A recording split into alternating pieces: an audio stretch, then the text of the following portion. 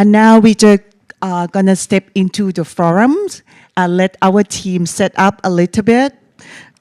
And, you know, I've seen is our three speakers sharing the different topics, but it's something synchronicity when they're talking about the power of who we are, the power that we can have to making the difference, to bring our lighthouse, like Dr. Carter just mentioned about, and then our inner peace to making the world as a way that we want to see. So to begin our conversation, I would like to start to ask with this. What does inner peace mean to you? And how do you see it as a key to transforming for the fragmentation we see in the world today? My spiritual teacher, Lama Ganchen Rinpoche, used to say that inner peace is the most solid foundation for world peace. But I understood it really after studying one of the sutras of the Buddha, in which he explains the change between distraction, awareness, full awareness, concentration. And then Rahul asked him, why do you teach so much concentration? He said, because wisdom surges from concentration. But he explained about inner peace and said, you know, inner peace is a quality factor of all this chain, you know? If you have really calmness, if you have inner peace, the quality of your mindfulness, the quality of your wisdom increases. So this is a very important quality factor. But I also want to say that inner peace needs to be practiced. And one of the practices is silence. So I'm very happy about meditation and Dhammakaya meditation. Mm-hmm. Secondly, we need to heal ourselves to get to inner peace. It's very difficult. I'm speaking for myself. If I'm not healed, you know, of something, it's very difficult that my mind is refined enough to really self-realize peace. And finally, it's fundamental for inner peace, a pristine nature. That's why most of the great masters, we ourselves, go to pristine nature to find inner peace. The quality of inner peace is the quality of nature. So please preserve nature.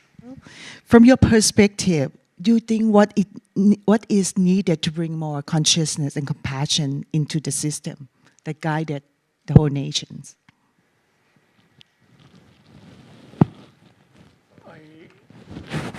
I would like to add one point to these answers. I appreciate the answers.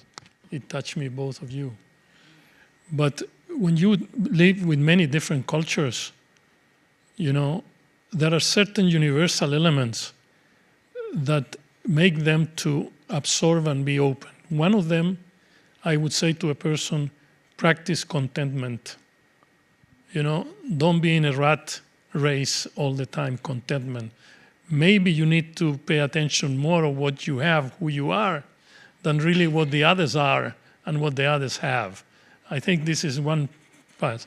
The second thing is, it's important, the two pillars in the path, you know, in spirituality in general, which is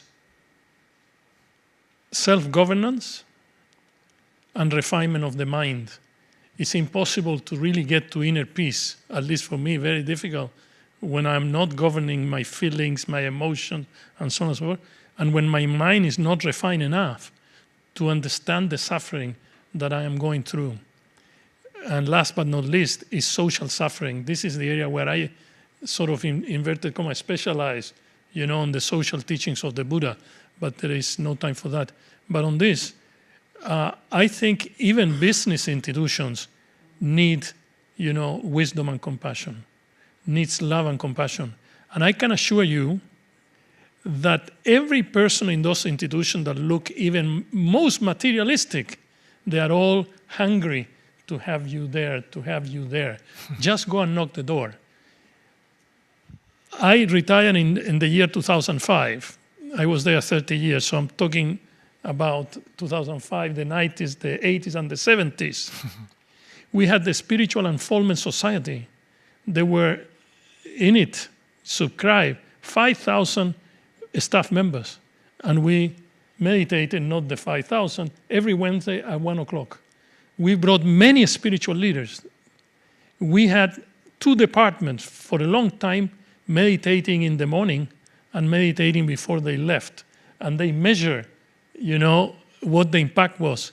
And last is that they did a study about the cost of health. And the cost of health of the people who meditated were 1/10 of the cost of health, of the people that didn't meditate. They didn't do it because of spirituality. They didn't because of the cost of business, and health insurance. So we have there a beautiful thing to do. Just go knock the door, and the door will be open. If you were mentoring a future world leader, what one inner practice would you recommend, and how could it reshape the world? Well, with Marco Tavanti, a professor of the University of San Francisco, we wrote a book last year called Conscious Sustainability Leadership. And I went to Amazon before writing the book, and I asked how many books have in their title the word leadership. I remember like 37,000 books. So I asked myself, what am I going to add to 30,000 books? So we had a very interesting discussion about leadership. This is not a slogan.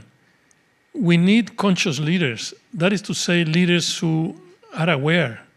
They become aware, like Anya Kondaña, he understood it. When the Buddha says, you understood it. This is the first thing. What is to be a leader? You need to be compassionate. You need to be generous. You need to be really have all these virtues that are in many, many of the sutras of the Buddha, but that's not enough. The question is how to get there. And I think society plays a very fundamental role. Society, if you have a society that is sick, it's very difficult to be healthy. Look at what's happened with drugs and with many, many things in all over the world. Mm-hmm. So we need to take care of the collective at the same time. One by one, we're not going to make it. Somebody asked me, well, how do you change the world? These leaders need to change the world. But the question is to change the world for what? What is the right vision? Do they have the right vision? I wrote a book on the Tao of leadership, using the Tao Te Ching as philosophy of this. And it's a very different type of leader, It's the leader that is unseen. You don't need to be intervening, have this macho alpha style to be a leader. That's not leadership. That's intervention. We need to have a spiritual practice that generates a spiritual endorphins. Sorry for this. If the spiritual practice does not create endorphins in those practicing it, they will practice one day and then goodbye. Oh, yeah, I go to this meeting. We are all in this meeting. And then I move out. Nothing of what is said here, nobody's doing anything. So we need to create forms of meditation, forms of social, service that create such an endorphin. It's like the athlete who goes to the gym, cannot get out of the gym. We need to present spirituality in a way that we create these endorphins and everyone understand that we are spiritual beings. Not like we are trying to convince you that you are a spiritual being until something happened that you are so low in the system, in your mind, in your emotions, that you say, oh, I'll come back to spirituality and see if this Tylenol will help me, and they take meditation of Tylenol. And last, we have an image, and I will not define we, but I'm part of the we, that we want to abandon the world. That the spirituality takes you away from the world. So when you talk to a leader about spirituality, Alfredo, I do that in the evening. I remember talking to a big manager of a huge corporation in this country. And I said, why do you treat your workers this way? His answer was, because they are my workers. my family different. During the evening, I treat my family differently. So it's fundamental that we create a new spirituality that is capable not to convince, that provides a space for which managers and leaders is very easy to understand spirituality. The Buddha never abandoned the world. He got enlightened, he could have gone. Okay, you guys do it. No, he stayed many, many years with bankers, with kings, with business people, and so on. He was not only talking to the Sangha, people trust his judgment. So how a Buddha pass a judgment, a spiritual judgment on a business? That is the key of social Buddhism. So it is possible, and we should be doing it everywhere. So as we come to and close, is anything else that each of you would like to add to the audience? Very short. Everything is possible. There are no limits. We are the ones who put the limits. Number two, the big ethics of spirituality is not spirituality in itself, but the commitment to resolve the problems of humanity. If spirituality is going to be a club, that we are going to say what we want to be said, we like it, and therefore we join, this is not spirituality. Spirituality must be where it is not. Spirituality must be in the conflict areas. Spirituality must be in the pain areas. It must be in the suffering areas. It must be where it hurts, That's why the Buddha starts everything with suffering, He didn't say, okay, here is the blueprint. Okay, this is the beauty of things you try to find out. No, he took us from there, with all this suffering. And last but not least, we have a responsibility of this world. We have a responsibility because we created these problems. Even those who say, I never said that, I never did that. But in essence, to be passive observers of how the world collapses, this is not on. And I would say that until my life ends, physically speaking, my commitment is with the children and grandchildren. They deserve a better world. When I was a child, the end of the world was the year 2000. We all thought that if we arrive at 2000, it will be enough for all of us to, I was born in 1947. But I was able to be in the year 2000 and pass the year 2000 because a generation created the possibilities for me to be here. It's not that I created it.